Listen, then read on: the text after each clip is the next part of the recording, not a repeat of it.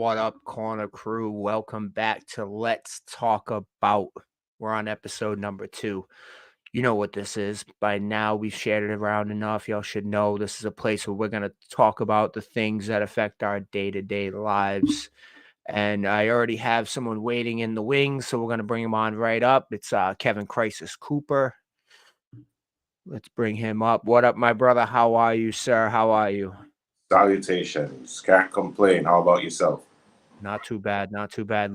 Living life, getting through. You know what I mean. You know how we do it. That's But all. yeah, welcome back again. I mean, you were on episode 1. You're on episode 2. So today, I want to talk about a couple of things. I mean, we'll lead into other topics. You know, it just goes where it goes naturally. But I want to start off with the mentality of victimhood. It's a topic that I deal with almost daily in my day-to-day job. And the idea that someone's going to carry themselves throughout life blaming other people for what they don't have. And it's something that drives me a little crazy because it could be monetary things, it could be tangible things, it could be emotional things, it could be many, many different things that lead to the mentality of being a victim. And I'm glad that you've joined us tonight because, I mean, if anyone should carry themselves with that mentality, it would be you, but you don't. And so I want you to speak on that. Speak on the ever growing, it's almost like an ever growing popularity of holding yourself unaccountable in life. Yeah. Well, a wise old person once told me that everything comes down to choice. Circumstances are going to exist regardless, good or bad. And the thing about my eyesight loss was it wasn't sudden. I kind of knew it was coming. Hmm. So I psychologically started to prepare.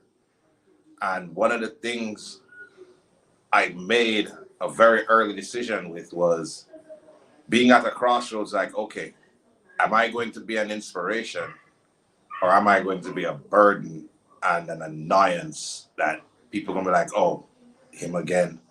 Or, oh man, I'm tired of just hearing him whine. He's bringing me down, he's draining me. And I kind of had contrast because in this process when I was in LA, I was at the Braille Institute and a huge percentage of them were already blind. So I kind of saw into my future and I saw the defeatist and dependency attitude that a lot of these blind folks had, whether it was their loved ones around them or the fact that people just decided I'm going to accept these limitations and not be anything I wanted to be. And I was like, Kevin, if you go down a certain path, this is your future. And I decided that no, I am going to actually use my disadvantage to be an advantage and also to shine a spotlight on people and their humility as far as humble yourself and be grateful because if I am carrying myself the way I am, you have no excuse. And yeah, I mean, it would be easy. I think about it sometimes. I'd be like, shit, man, why don't I just throw in the towel and just become a beggar? But I wouldn't be a man. So yeah, that's it in a nutshell, basically. Exactly.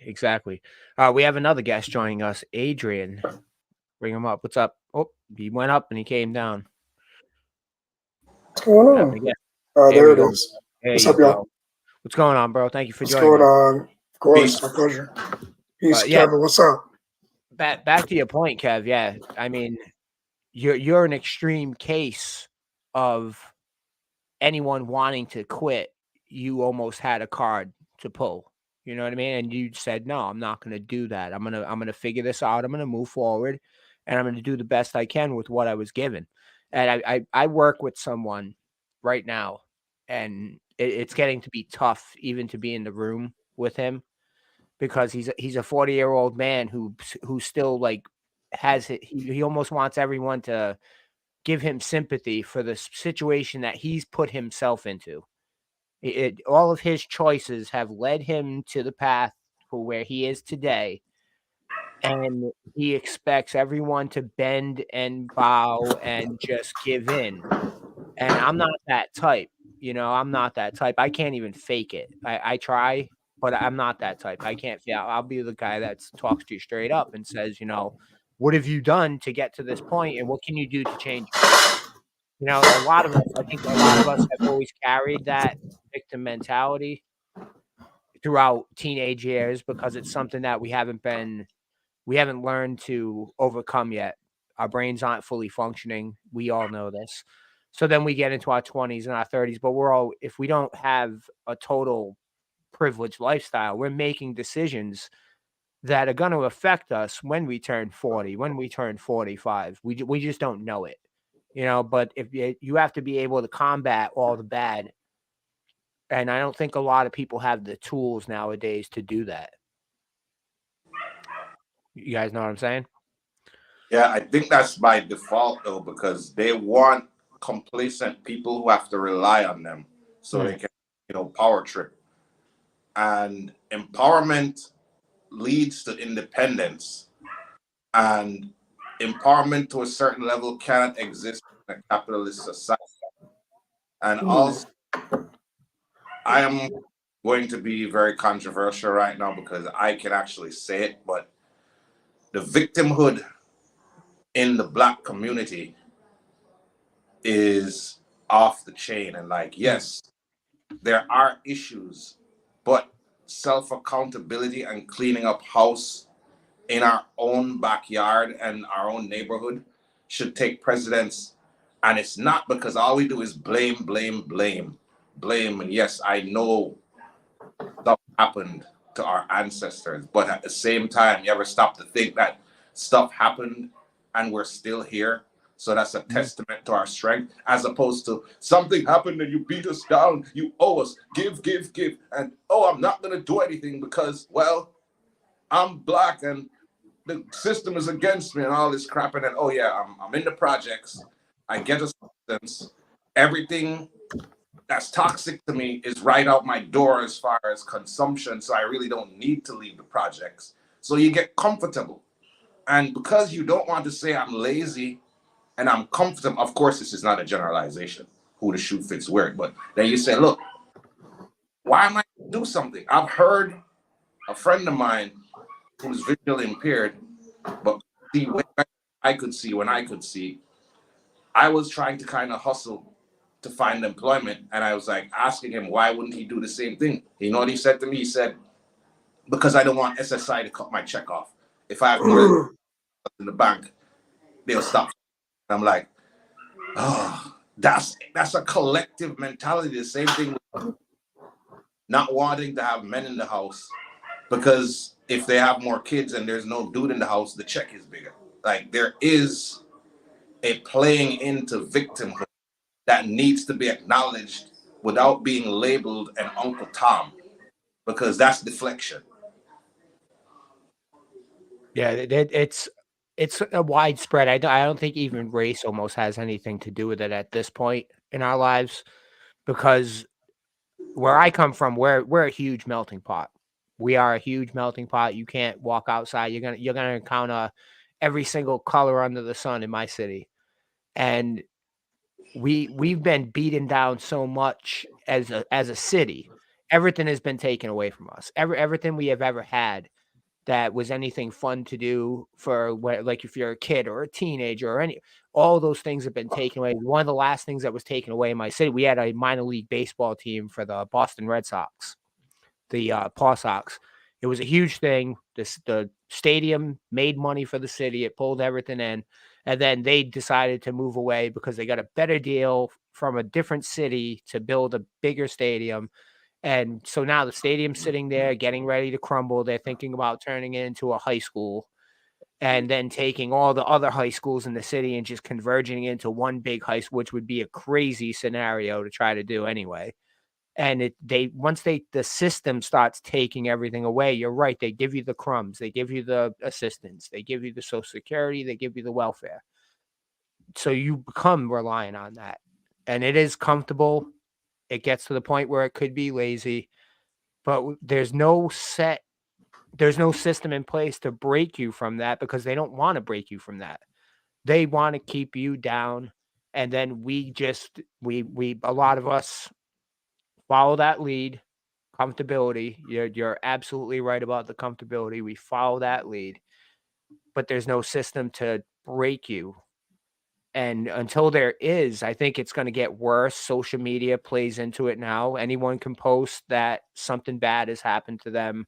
They want to garner that sympathy. They're making things up that happened to them, which is insane, especially when it comes to putting it on people that, oh, they broke the law, they did this to me, or they did that. And it's a total fabrication of the truth, and it's cornering people into becoming almost more savage as humans. And I don't see that changing anytime soon at all. Adrian, what are your thoughts? So I'm trying to catch up with the conversation, and it seems like you guys are touching on a lot of different points. I'm hearing, about a lack of self-reliance, people Mm. being entitled and expecting quick fixes for their life. I heard you guys touching on that. Um, and then lack of opportunities happening in local communities. You guys touch on a variety of things. As far as what the system will allow, you got to bear in mind things happen in this world for two reasons: for money or because you love it, right? So Mm. when you come to the realization that cash rules everything around us, if that minor league baseball club was not getting money, I mean, not really getting the sales that they needed, then why would they go to that high school? They're trying to fuel, a sports machine. Maybe that'll get more asses and seats and get greater revenue for that area. So, I mean, on the individual level, you got to understand that these corporations or powers that be that are greater than you, what they're seeking is that profit, right? So once you understand that that's what's driving them and motivating them, then you can change your expectations or mold how you react to stuff happening in your environment. Now, as far as the system providing something that is going to motivate people to not be like, woe is me, and it's not going to happen. It's just not going to happen. Um, in the past, individuals like that would whine and bitch would go to job interviews and clearly really not want a job, right? Mm. Like, I sit across from a lot of these people and like that energy comes off of them. When those same people are crying on social media, asking for a quick fix, right? And not accepting the fact that their actions from, like you guys said earlier, 10, 15, 20 years ago, put them in the place that they're at.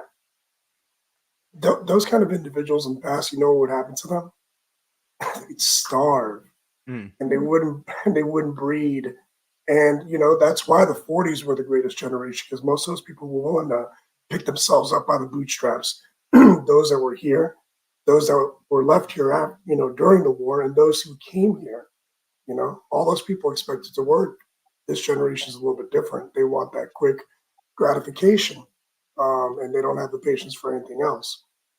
Um, I mean, that's just kind of my reaction to some of the topics that you guys have touched on. Like I said, I jumped on a little bit late. Hopefully, I'm on topic with what you guys Yeah, were no, spitting you're on. pretty much you're caught up. You're caught up.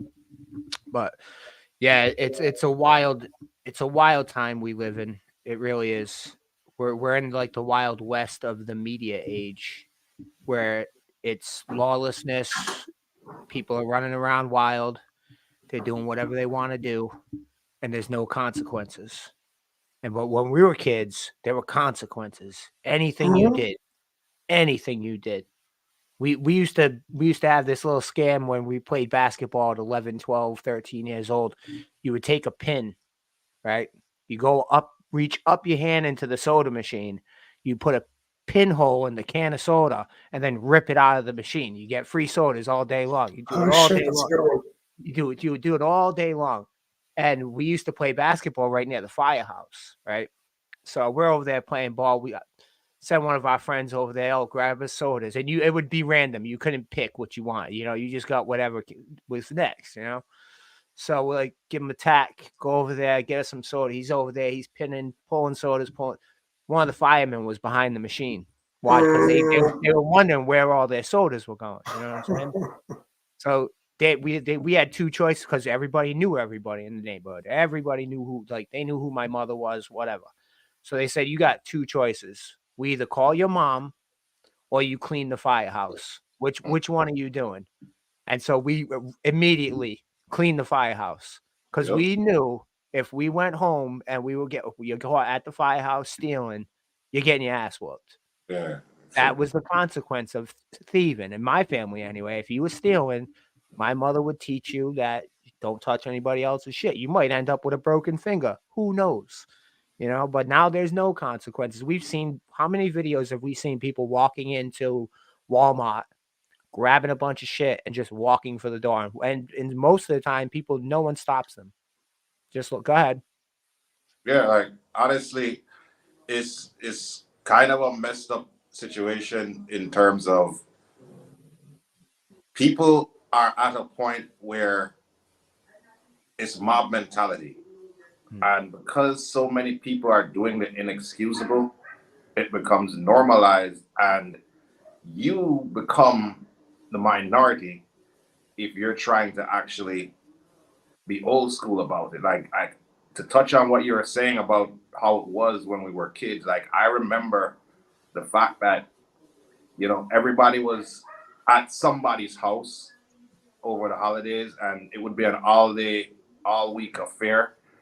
But in those events, everybody who was an older person could basically hand you your ass, and it was okay because your parent would basically say, "Good job."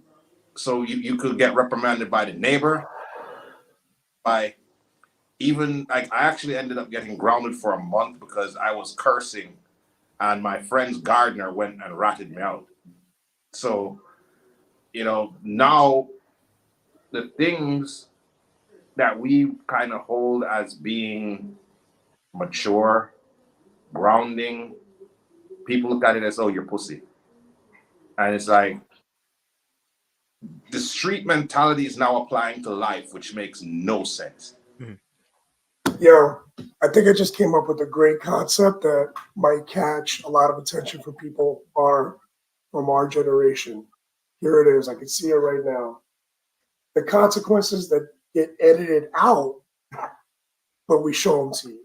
Because the thing is, in all those dare videos and all this stuff where people are doing outlandish stuff, a lot of the time there is a consequence, right? Like a lot of the time the cops do show up and you go to jail, or you prank the wrong guy and he actually beats you up. You know what I mean?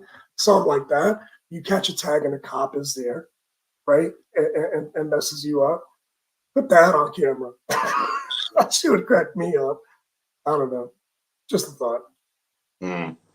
Yeah, the world is a wild place. We talk about that a lot. We say it a lot, and it is a wild place because I don't see where we're heading as a society without some sort of structure. Like you would talk about back in the day, anybody could reprimand you. It was the village raised the child.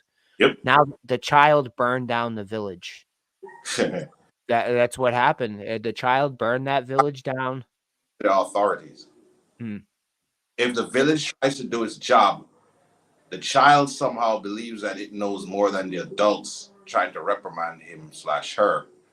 And again, this is where I believe the entitlement seed is planted. It's planted a lot earlier in this generation because from when I could still see, I started seeing kids with tablets when they're like a year and a half. They can sit up, they can't even stand yet, but they're getting the endorphins, the digital endorphins. So it's like parents outsource their jobs to these kids because they're like, oh shit, I don't have to take time and consume, just being with this kid 24/7. I can just put them on a tablet. The tablet's the pacifier 2.0. Yeah, but then basically embeds the whole idea of instant gratification into that child's head because everything is a tap away. So then that transpires over into the lifestyle that the child is living, that the parent is complacent with because the parent wants to be a friend as opposed to being a parent, and they don't Yeah. want to get it out. So we were the ones who were walking on eggshells, trying not to mess up in life. They're the ones who are making us, the adults, walk on eggshells now because, yeah, if we basically stomp on the ground too hard when we're walking towards them, it's assault. Mm. Kevin, I co-sign that 100%, man. Like in the past, when we were kids, yes, your neighbor, whoever, right? People in the neighborhood, the people that whose step you be hanging up on, your friend's mom, they could bust your ass, right? To correct you, and then they're gonna call your mom or whatever, and that was accepted. That was a thing back then, and back then, if we messed up, we kind of expected it. But yes, these days, Kevin, to your point, you try to raise your hand to a kid and give them a little corporal punishment, they're calling RCS, PCS, whatever the hell that shit is, right? And trying to cow us with that. They are doing that. And another problem coupled with that is they do think they know everything. And here's Mm. why. For us, we needed to read the damn encyclopedia, right? And then we thought we knew something. But these kids are Googling stuff, right? So then they get the truth or a version of the truth or a half truth, but they're lacking the experience, the life experience behind it. So they are walking around thinking that they know things that we don't. And, they typically are. We didn't have access to information like they did when we were little. We had to freaking know how to read a card catalog at the library, right, to go find the right book in the big ass library. But these days, these kids have that advantage. But the thing is, they got it twisted because they read one article or they read the top hit. And now they think they know it all, but guess what? They don't. They have information at their fingertips, but it hasn't made them smarter. That's for sure. I want to go back to like the abuse of like how a child can call and say I'm being abused, and the parent goes to jail immediately. Because I actually have Mhm. a friend of mine. This was a few years back. He had gotten his son a job. His son decided he wanted to quit school. He was 16 years old. He said, "All right." He goes, "You quit school. The next day you're working with me." He does like fire protection stuff. So he says, "You're working with me." Kid says, "Okay." Goes to work. About 3 weeks later, won't get out of the truck. "I don't wanna do this anymore. I'm not working." Just a lazy kid, you know? So his father grabs him by the shirt and says, "You're either going to work or you're sitting in the truck all day. I'm not taking you home." Kid go, "I'll sit in the truck." "Okay, that's fine." 10 minutes later, the cops are at the job site arresting this guy because the kid called and said, "My father just beat me in the pickup truck." Wow. He didn't hit him. He grabbed him by his shirt. And now he's a high-ranking member of his team. His whole team sees him getting handcuffs put on him at 9 o'clock in the morning on a construction job site. And they all know that it was his son that had called on him. So now he has all these guys looking at him like, what the hell? What's going on here? You know, it's wild. You can just a drop of a dime. A kid can say, "He hit me." And that's it. You're done. You are done. And the courts do not care. There's no looking at evidence. There's no searching for footage. If a child says it, it most likely happened. That's the court. That's the way they see it. And so now there's like this guy's still going through bullshit. And this kid's over 18 years old now. It's ridiculous. He still has to go through legal bullshit over nothing. Nothing. Luckily, he didn't lose his job or anything like that. But that's the point. The entitlement. I'm entitled. I don't have to do this. I don't want it. No, you have to do it because you have to learn that mommy and daddy aren't going to take care of you for the rest of their life. They're going to be gone at some point. And I think a lot of kids that lose their parents early shape into almost a better human being because of it, because they have to be self-reliant.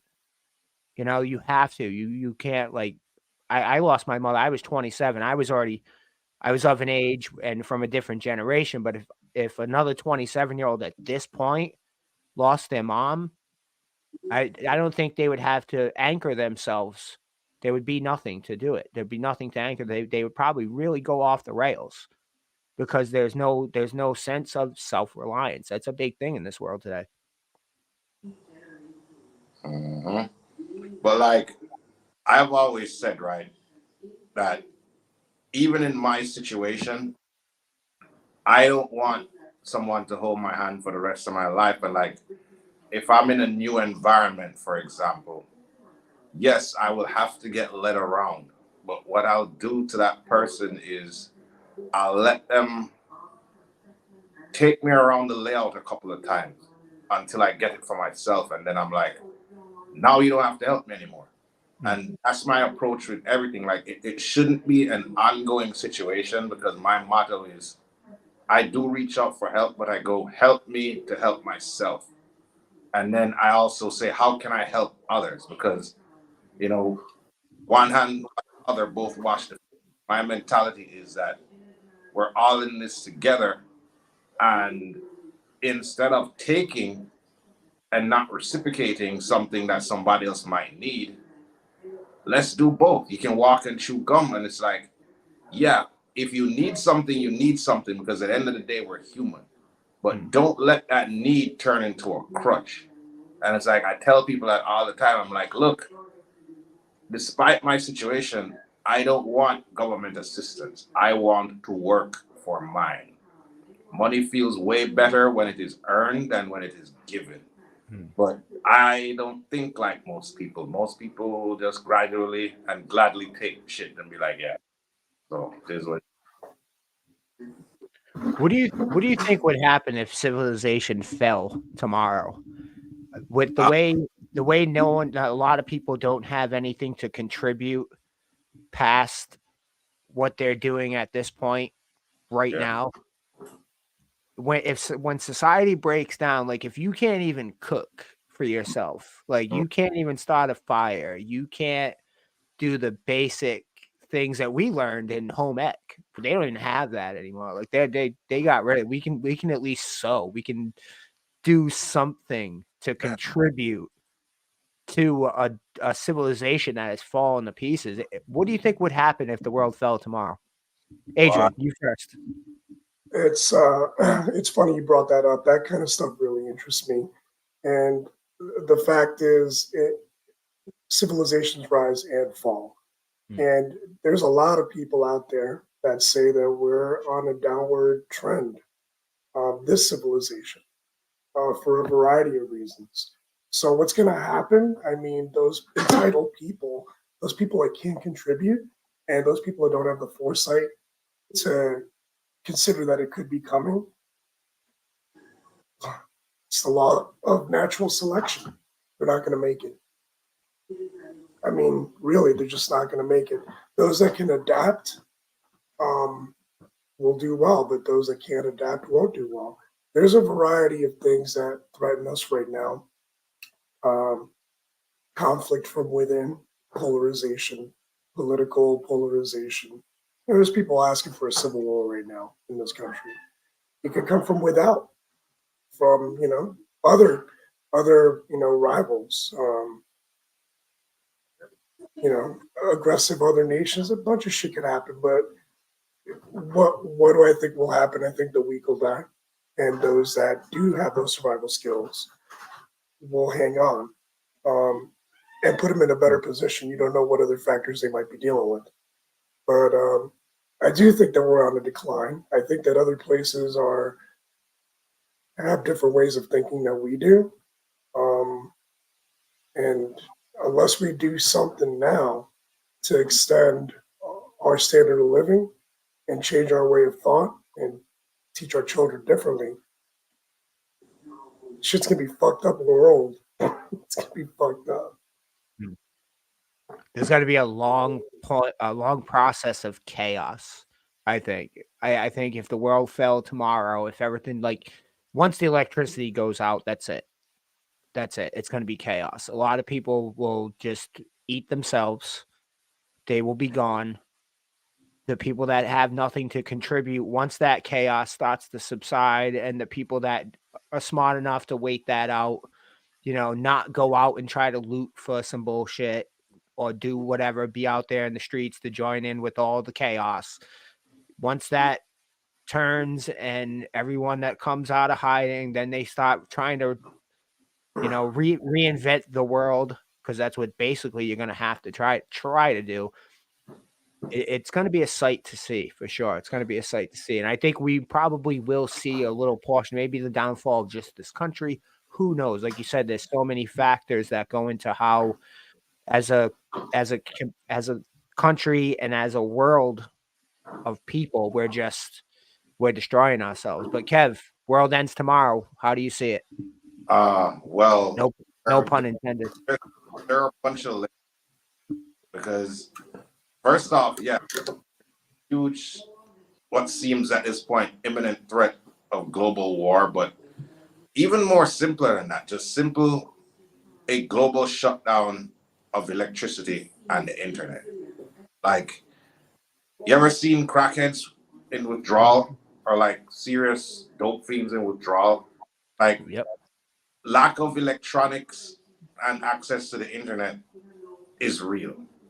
And I think like the widespread freak out of people just on the strength of that without anything actually happening yet, that's going to shave off a huge percentage of people, especially the younger folks. But then you have the next phase where it's like, okay, they panic, so they make irrational decisions. That comes back to bite them in the ass sooner than later. Then you have the lunatics who basically been prepping for this all their life, and they have 800 million, Preppers. and they're looking for something to shoot. And it's kind of a case of give me a reason. And those are going to be very, very prevalent, unfortunately, especially in the US, and especially here in where, now have military grade shit with, like, night vision, ray trace bullets, 100 round drums, like, there's lawlessness, and these people are free to, like, we're going to be at the mercy of them. So there's that. And then there's the fact that most of us, even our generation, like, I had agricultural science. I can plant, I can grow. We had wood shop. You had the choice between wood shop, metal work, and home economics. I took all three. And it's like most people who are either younger or like us don't care. That's to their detriment at the end of the day, because they call them survival skills for a reason. And I just think it's going to be like a domino effect, and each domino that falls is going to be more messed up. And I affirm I'll be out of here before it happens, whether it's out of here as far as leaving the planet, or I'll be on my compound off grid with my like-minded community, because I think this experiment has taken its course. And back into the conversation, choice have repercussions. So yeah, we're in for it. Enjoy what we have as life now while we can, because window is Definitely. Kevin, it's bugged out. You were talking about electricity and the breakdown of society, and it's bugged out and made me think of hurricane evacuations. So in my lifetime, before social media was prevalent, you leave, go wherever you're going to go, and you need food, clothing, shelter, no matter what. This is like the mid 90s, right? But then in the recent past, it's changed, and I swear, you got to have the food still, you got to have the water, and you got to have the shelter. But these days, they are scrambling for that internet connection. Mm-hmm. So when people are coming back from evacuations, ask any Floridian. They're going to tell you. They're going to know where the Wi-Fi spots are at. It's like become a new need right there with food, clothing, and shelter. I've seen it. Yeah, it's crazy, man. It's a drug. It's just like anything else. You do it every day for a long enough period of time, you're going to become addicted to it. And it's human nature. Also, human nature. We're a very addictive species. I don't think there's any other species out there that's as addictive as human beings because everything we want to consume, and destroy. Those are two high things. Those are just they're basic animal instincts that come from when we first took our steps on this planet. They really are. You want to consume and destroy. And it's kind of crazy because we're consuming so much at this point and we're destroying so quickly that how many generations left? Really, how many generations of humans do we have left that are going to be on this planet? I mean, after the collapse, however that will be, however that looks, there may be some pockets of human society left 100 years from now, but I don't see it. I really don't. I think there's a couple of movies coming out that are pretty wild. There's one Civil War. It's a civil war between the United States. It's like California and Texas break off from the United States and they go Yeah. again. Yeah. That one looks really good, really good. And then there's ISS, the International Space Station. That's what the movie's called, and it's So about there's what was this. it's what happened. No, you were talking about the ISS. I'll tell you in a Yeah, second. it's a movie that's coming out. I think it's coming out either this month or next month. It's called ISS, and it has 3 Russian astronauts and 3 American astronauts on the space station. Oh, And yeah. down low on Earth, There nuclear war was. breaks out. So Yeah. Oh, it's like they look so interesting, but they look so like plausible now. So it's not science fiction Yeah, anymore. it's interesting too because your nations are warring down there, but inside that space station, you're just people, right? Right. And, you know what I mean? So there's a series that I've been listening to. It's on YouTube, Spotify, whatever. It's called The Fall of Civilizations podcast. Hmm. And it reminds me of what you're talking about. And it's happened all throughout history, man. What you're talking about, us potentially falling or whatever, I do feel like it's inevitable. But the thing is, for 8,000 years we've been doing this, man. This is the rhythm. So we're gonna have our time, but then we'll fall, and another civilization will be on top. So, as an example, there's an area of time in the Western world known as the Dark Ages. Okay, well, they're the Dark Ages because the Roman Empire fell, and then you have a gap between the Roman Empire and medieval times where it's like, all right, lords and ladies and castles and knights in armor. But what about that time in the middle where Europe was fucked up? But the thing is, not everybody was fucked up. You Hmm. feel me? Other civilizations and other places were doing well. So, you know, I'm optimistic. If we do fall, someone else will be out there doing well, unless we fucking break the planet or nuke each other or some crazy shit like that. If we fall out of power, someone else is gonna have the juice for a while. And in time, hopefully we can come back. I You know what I think I mean? think when I say we, well, if we collapse and we fall, I think that's going to be the planet. I Humankind. really do. Okay. I think it's a whole planetary. I think just like how we're connected through the internet and connected through social media to a point where it's a drug, we're connected to each other to the point where one civilization collapses, the whole thing goes down. It's like a house of cards, man. It you know, really is. well, George Carlin said it best. The planet is fine. The people are Mm. fine. I think Mother Nature is going to get to a point where she's like, you know what? Enough is enough, you ungrateful bastard. She's doing it right now. I mean, yeah, but it's kind of like, nah, it's that love tap. Yeah, we're in the beginning we're still in the honeymoon phase of Mother Yeah, Nature fucking us. when Look, man, when there was a tropical storm down here in November, man. It's not supposed There was a tornado in Fort Lauderdale like last week. It's just not supposed to happen, B. It's you coming. know we had like a ridiculous earthquake that was like a 6 point something a couple of months ago, and I literally almost became religious, She and mad. I didn't feel anything back in LA. Well, it's funny because New England, we're switching. We're becoming like we're having Y'all caught a 60-degree. hurricane. But we're also having 60-degree weather one day, and then we're having 23-degree weather the next day with 4 inches of snow.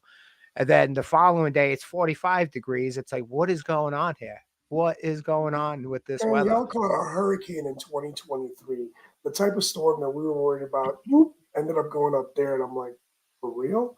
New Mm. England with a fucking big ass hurricane?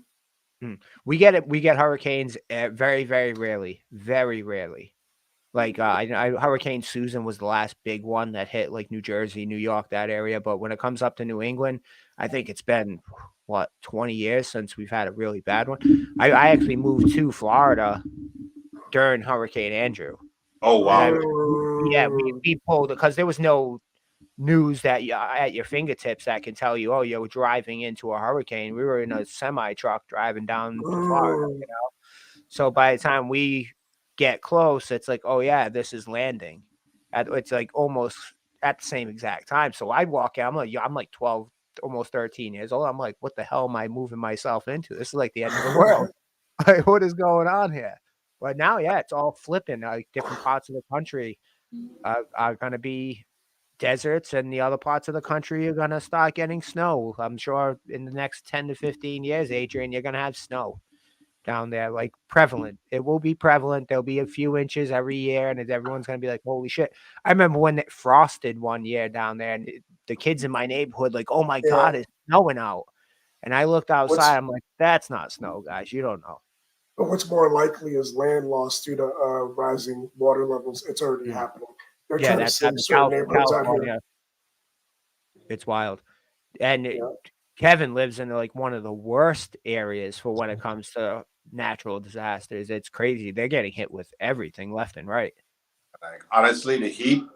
Like I was even talking to my sister the other day, saying, like I'm just going, like I stated before, remove myself from the side and go hang out in the wilderness. And she was saying it's probably get to a point where it's so hot that the island will be inhabitable. Mm. So there's going to be a huge exodus of people having to relocate by, no fault of their own because they literally can't live there anymore. And like this past summer, like I've grown up here and dealt with some serious heat, and it's been like, okay, a standing fan or a ceiling fan, that will do. Yeah. But here, or sorry, no, because it's 2024. This past summer, it was so bad. Like the heat literally fried everybody's brains and we couldn't think, and we kind of had to just bite the bullet and get air conditioning because it's like, look, it was almost Arizona level. Like Arizona, you have to have air conditioning by default because you can die from heat. Like that's where it's heading here, and like it was 90 degrees today, which is abnormal. It's supposed to be in the 70s time of year. The nights are still cool, but like if this continues year after year and gets hotter and hotter and hotter, we're in trouble. And you know, Well, Brad's right. Like we have earthquakes, they're not as common as they could be, so we're not for that. But we also have ignorance, our own worst enemy, which is us.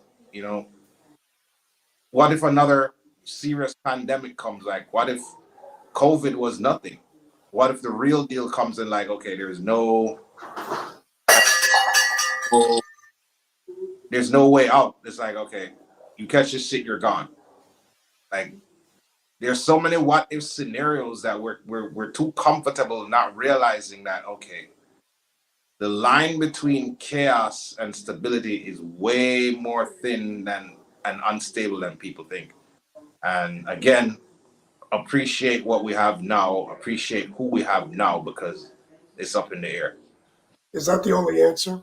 Is there something that can be done to remedy that, or is that Would where you find the peace at in accepting that thin line, Kevin? It would have to be through a collective consciousness. And I believe we don't want that because again, choice, Sabak read from nonfiction said, if we want peace, why is it so hard to achieve?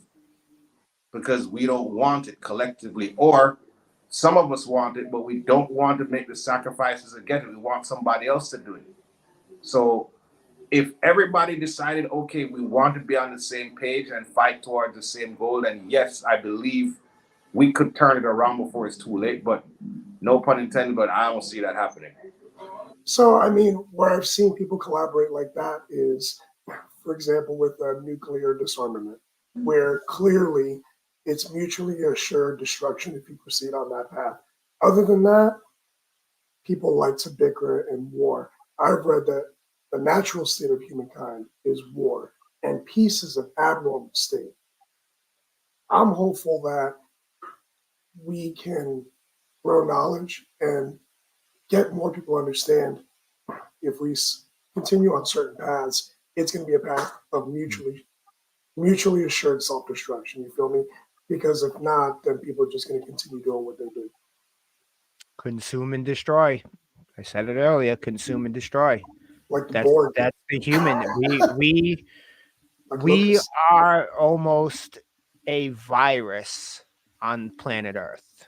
We really are. not on We Matrix. we really are a virus on planet Earth because we're destroying it ourselves and everything else around us, everything else that we see weaker as us, every other species out there, and it comes down to different countries. They'll do it with races of people. They will destroy a race of people because they find it to Yeah, be weaker. They want to consume everything they have and destroy everything they have. It's ridiculous. And I say, when I say they, I say people. I'm not talking about a government, Yeah. a system, anything like that. I'm talking about humans. We Yep. are our own worst enemies, and we can't get out of our own way. We just can't do it. For generations and generations and thousands of years, it's been a cycle. It's going to continue to happen. Like you said, Adrian, civilizations rise and fall constantly. And a speck of time, 100 years to the universe, 100 years is nothing. That's yeah. nothing. That's a grain of salt, but to a life, that's a human lifetime. Well, a little less than a human lifetime. It could be a human lifetime, but not a lot of us are going to see that 100 years, which I'm thankful for. We're I don't we're a want, I don't fly. want to be We're a that old. fly. We're on the page in the Hmm. book of time, and because we're that small and we're on that page, it looks like it's everything. But it's Right. not everything. If you look back, we're just a page in a continuous long story. So I feel like So we have agency, man. I feel like we can do shit. You feel me? Or that's how I want to feel. if everyone had that mentality, we'd definitely be able to get shit done more efficiently. Our infrastructure would be better. We wouldn't be so enthralled by the almighty dollar because, like we were talked about earlier, it's a lot of what motivates is money. Money motivates. We all know that. So it's just been that way forever. We're attracted to shiny things like gold. It's in our DNA. They don't know why. It's in our DNA. It could have been placed there. Who knows? That's a topic for a totally different episode. We're gonna be hitting on that It maybe sounds next like a week. good one. Yep. But I got some ideas. guys, we're gonna be wrapping it up here in a few minutes. If you guys want to say any last words, wow, that came out kind of weird with the whole topic of catastrophe. Do you guys want to say Last any last words. words? Kevin, my man, let us Uh, know. like regardless of where we're going, we're all in this together. We have way more in common than we do differences. So we need to focus on that because the only way out of this is through collective consciousness, accountability, and being the bigger man in a situation. Breaking certain cycles, whether it's the cycle of violence, the cycle of blame, the cycle of entitlement. Like in real time, we can and should take action because we are our brother's keeper and vice versa. And just appreciate the people around you who are legit because they're more rare than you think. And just try to have the best attitude you can have out in the world. Be the example that you want to see. And yes, it might look hopeless, but start by asking people without asking. Ask them by being, by showing them this is where you can go, this is who you can be, this is what it can result in, and allow that to be a positive, infectious thing. And maybe, just maybe, we might have a fighting chance. Thank you, sir. Thank you. Adrian, you want to say anything before we wrap this up? Yeah, you know, Kevin, I agree with your parting words, man. It makes me think about what Brad said about living in a diverse neighborhood. I grew up in a diverse neighborhood too. So I would ask people to, the way I grew up, I got surrounded by all different kinds of people, all different kinds of walks of life, beliefs, looks. They were just people to me, man. So when you step back and look at the greater world, try to think of it that way. They're just everybody, just regular people, man, just like you and I. There's this Indian proverb that I got taught recently, and by Indian I mean Native American, Indigenous, North American. Very short and sweet, but it was powerful to me, and it goes like this: We do not inherit the land. The land is loaned to us by the generations who come after us. I love that. Mm. Um, if we love our children and we want them to do well, then do good with the time that we got given and the time that we get to borrow their land because it's going to really be theirs soon enough. So that's it. Hell yeah, hell yeah. Good shit, fellas. Thank you guys for joining me tonight. And yeah, we'll get through it, I think. But hopefully the world will wake up because that's what we do need, a wake up call. And maybe a catastrophe is what we need. Who knows? Mm. I hate to say it, but sometimes, you know, It's time to unify people. to walk straight, sometimes you need that kick in the ass. I You know, feel that. my father used to tell me that all the time. You know, to walk straight, you're gonna need a kick in the ass. So, but guys, again, thank you for joining us. Everyone that's watched tonight, thank you. We're gonna be back here, same time, same place, 6 p.m. next Tuesday. Let's talk about What Up Culture Corner. Join us again. We're out. Peace.